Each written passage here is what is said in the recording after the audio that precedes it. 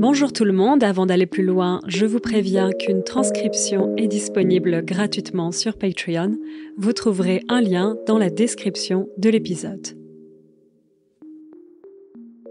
Si vous avez vu la cérémonie d'ouverture des Jeux Olympiques de Paris l'été dernier, alors vous vous souvenez sûrement des performances d'Aya Nakamura, de Lady Gaga, de Céline Dion depuis la Tour Eiffel, ou encore de Philippe Catherine, connu à l'étranger comme le Semi-Naked Blue Guy, l'homme bleu à moitié nu.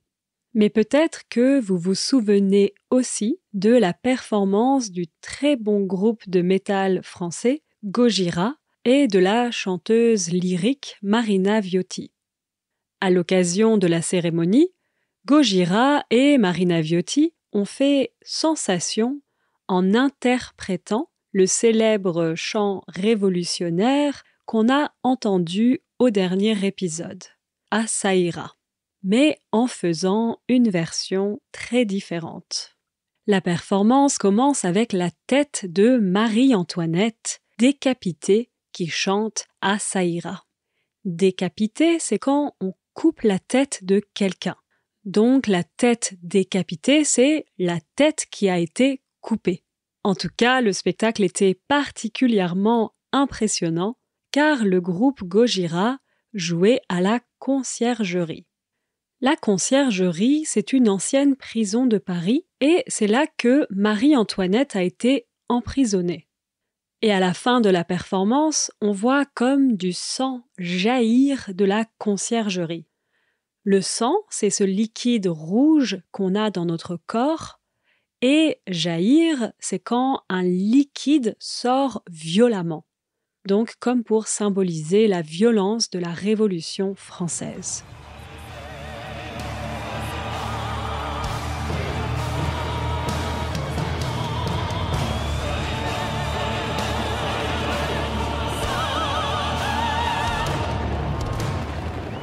Mais alors, pourquoi toute cette violence?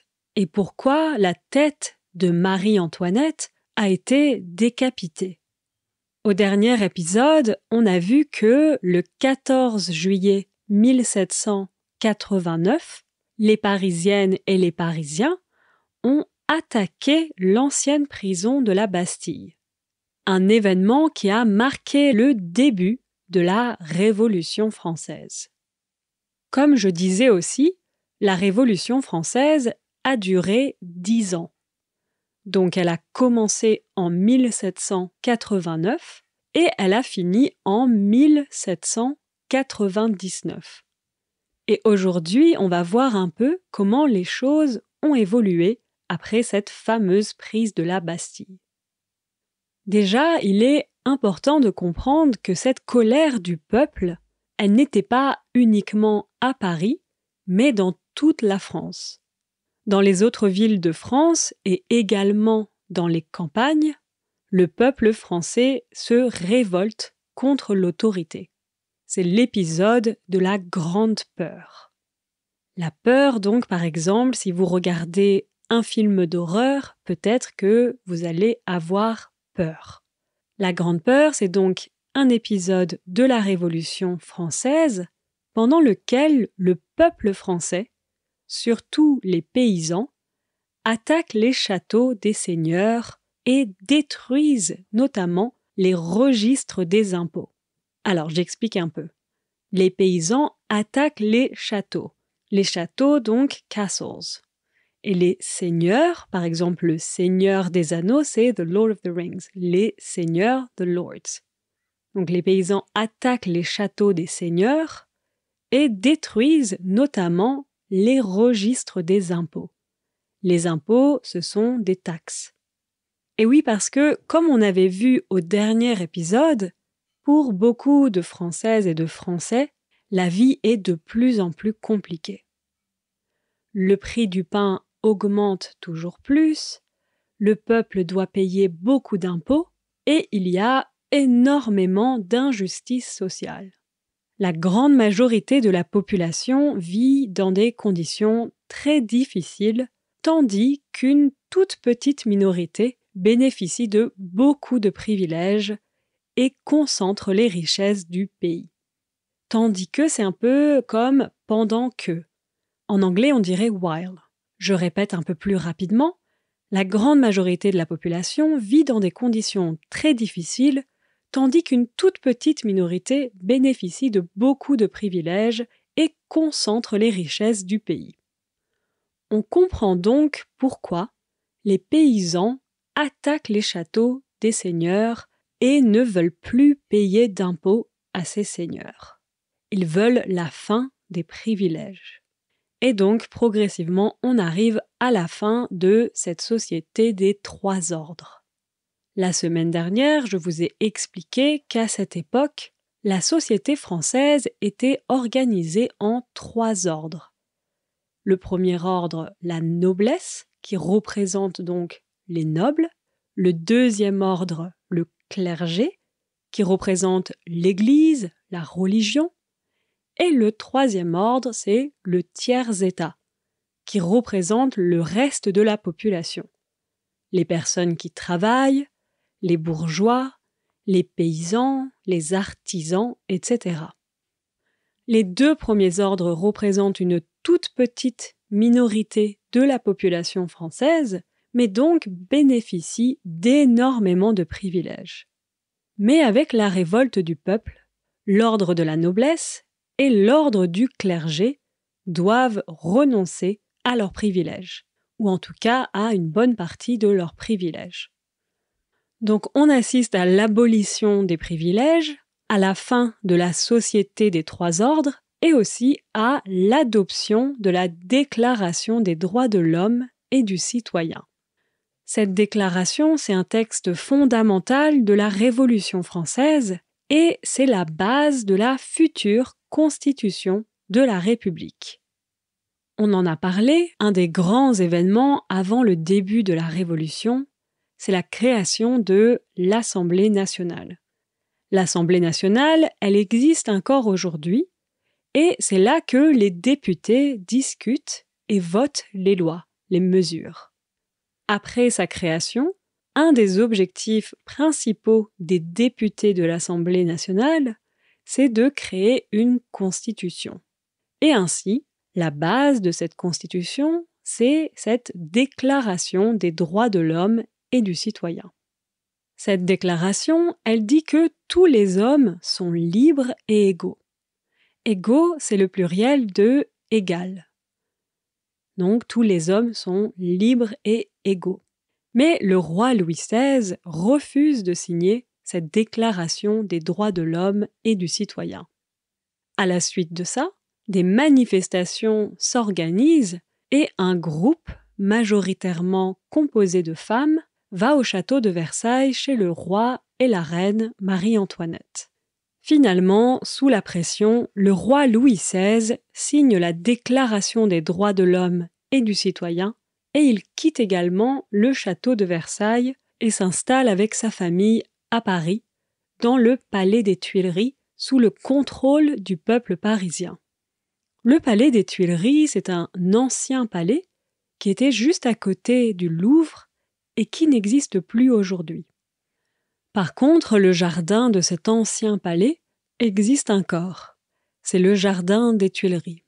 Si vous êtes déjà venu à Paris et que vous avez visité le Louvre, alors peut-être que vous vous êtes déjà promené dans le jardin des Tuileries. Vous vous êtes promené, du verbe se promener. Je me promène, tu te promènes, il, elle, on se promène, nous nous promenons, vous vous promenez, il, elle se promène. Donc vous vous promenez au présent et au passé, vous vous êtes promené. Je répète, si vous êtes déjà venu à Paris et que vous avez visité le Louvre, alors peut-être que vous vous êtes déjà promené dans le jardin des Tuileries. Et donc le roi Louis XVI signe la Déclaration des droits de l'homme et du citoyen et les députés continuent de rédiger la Constitution. La France passe ainsi d'une monarchie absolue à une monarchie constitutionnelle.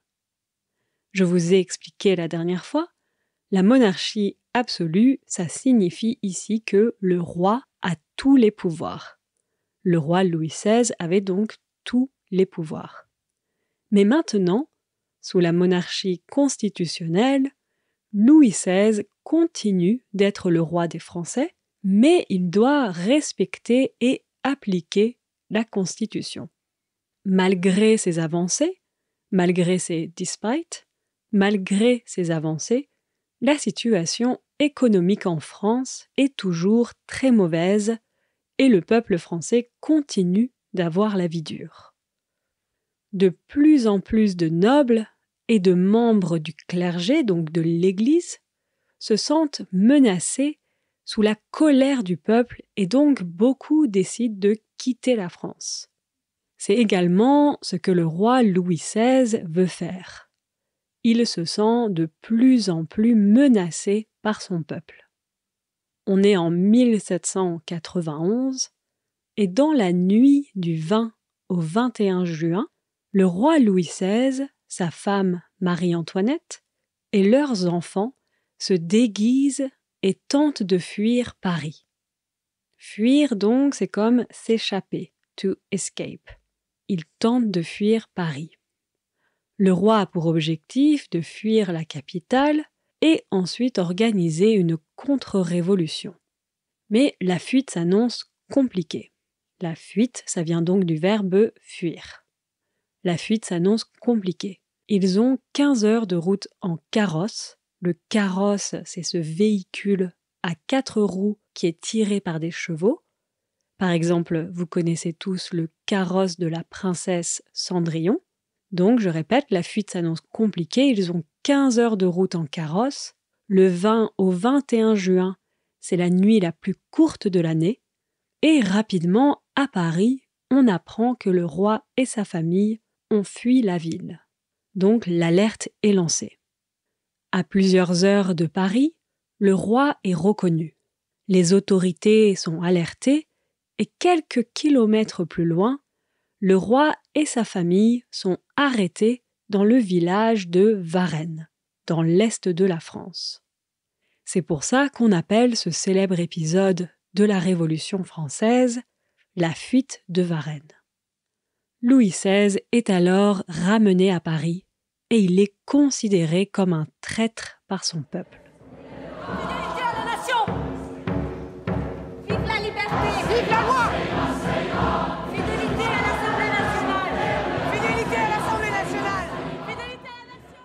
Dans cet extrait du film de 2018, Un peuple et son roi, après avoir appris la fuite du roi, on entend le peuple crier « Fidélité à la nation » ou « Fidélité à l'Assemblée nationale ».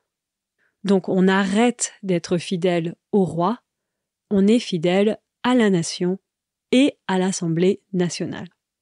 La fidélité, c'est donc le fait d'être fidèle, d'être loyal. Dans les relations amoureuses, par exemple, on parle de fidélité dans le sens de ne pas avoir de relation avec une autre personne. En anglais, faithfulness, la fidélité. Cette fuite de Varennes, elle intensifie donc le mécontentement du peuple. Le mécontentement, c'est le contraire du contentement. Dans contentement, vous reconnaissez l'adjectif content. Donc le mécontentement, c'est quand on n'est pas content. Et le peuple français n'était clairement pas content. Je répète donc, cette fuite de Varennes, elle intensifie le mécontentement du peuple. Le peuple de France ne veut plus du roi et veut remplacer la monarchie par une république. Des manifestations s'organisent, le peuple continue de se révolter contre le roi et sa monarchie. La situation économique de la France ne s'améliore pas non plus, le peuple reste en colère. De nombreuses personnes perdent la vie pendant les manifestations parce que la garde nationale n'hésite pas à tirer sur la foule avec leurs armes. La foule, donc, c'est quand il y a beaucoup de personnes réunies. Et des manifestations s'organisent également dans les colonies françaises où les esclaves se révoltent contre l'autorité. Les esclaves, c'était des personnes qui étaient exploitées, qui n'étaient pas libres. Et le royaume de France exploitait beaucoup d'esclaves dans ses colonies. Pour résumer, on a des révoltes dans la capitale, à Paris, dans beaucoup d'autres villes et campagnes en France, et également dans les colonies françaises. Les choses se compliquent encore. En avril 1792, le roi Louis XVI déclare la guerre à l'Autriche. Le roi espérait en fait que les armées françaises perdraient la guerre. Perdraient, c'est du conditionnel. Would lose, perdrait la guerre. Le roi espérait en fait que les armées françaises perdraient la guerre et que les Européens rétabliraient ensuite la monarchie absolue. Et oui, parce que les autres leaders européens n'aimaient pas du tout cette révolution française. Ils avaient peur, bien sûr, que ces idées de révolution influencent également leur peuple. Au final, cette guerre contre l'Autriche est une catastrophe. L'armée française est rapidement dépassée. Être dépassé, c'est quand c'est trop, quand on n'arrive plus à gérer une situation. Donc, to be overwhelmed, être dépassé. L'armée française est dépassée et donc elle est obligée de recruter beaucoup de volontaires. Ces volontaires ne sont pas du tout disciplinés. Ils refusent souvent d'obéir et dans ces conditions, beaucoup d'officiers quittent l'armée et quittent même le pays. En parallèle de la guerre, à Paris, une armée révolutionnaire attaque les Tuileries où se trouve le roi. Cette bataille fait plus de 600 morts et le roi et sa famille sont arrêtés et mis en prison. Le roi est donc en prison, ça marque la fin de la monarchie, et en septembre 1792, l'Assemblée nationale proclame la première République française. Ensuite, on organise un procès pour décider du destin du roi. Un procès, ça se déroule dans un tribunal. En anglais, on dit a trial. En français, donc, un procès. Donc, on organise un procès pour décider du destin du roi. Le roi est accusé de conspiration contre la liberté de la nation et après un vote, il est condamné à mort. 370 voix pour la mort immédiate de Louis. 319 pour le bannissement. Je déclare, au nom de la Convention, que la peine qu'elle prononce contre Louis Capet est la mort. Donc on entend « Je déclare au nom de la Convention que la peine qu'elle prononce contre Louis Capet est la mort. » Prononcer une peine, donc une peine, c'est comme une condamnation. Par exemple, une peine de prison. La peine de mort, death penalty, la peine de mort. Et Louis Capet, c'est comment les révolutionnaires appelaient le roi. Ils lui ont retiré son titre. Louis XVI, ou donc Louis Capet, est autorisé à voir une dernière fois sa femme, Marie-Antoinette, et ses enfants, avant d'être emmené à la guillotine. Juste avant d'être guillotiné, Louis XVI déclare qu'il meurt innocent. Je meurs innocent.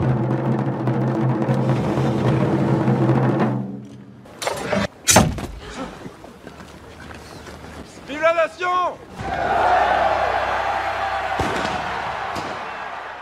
Quelque temps après l'exécution de Louis XVI, Marie-Antoinette est transférée à la prison de la Conciergerie, la fameuse prison qu'on voit à l'ouverture des Jeux Olympiques. Marie-Antoinette est transférée dans la prison de la Conciergerie, elle est séparée de ses enfants et ne les reverra plus jamais.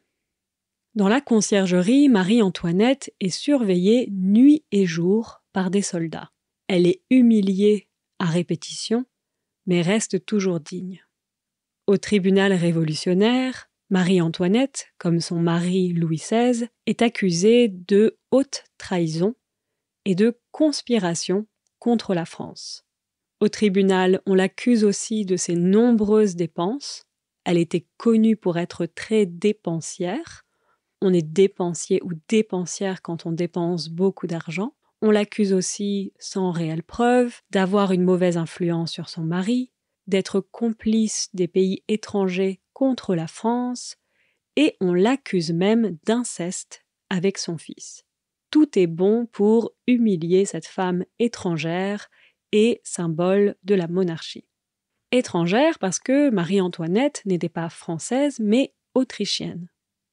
Après uniquement 2 jours au tribunal, Marie-Antoinette est condamnée pour haute trahison et conspiration contre la France. La légende dit que dans la nuit qui a précédé sa mort, ses cheveux sont devenus tout blancs. Le jour de son exécution, on lui coupe les cheveux, on lui met une chemise blanche, puis on l'amène à la guillotine. Ainsi, le 16 octobre 1793, Marie-Antoinette est guillotinée à la place de la Révolution. Elle avait 37 ans. La place de la Révolution n'existe plus. Aujourd'hui, c'est la place de la Concorde. Voilà, donc ces exécutions du roi puis de la reine vont avoir des conséquences, bien sûr.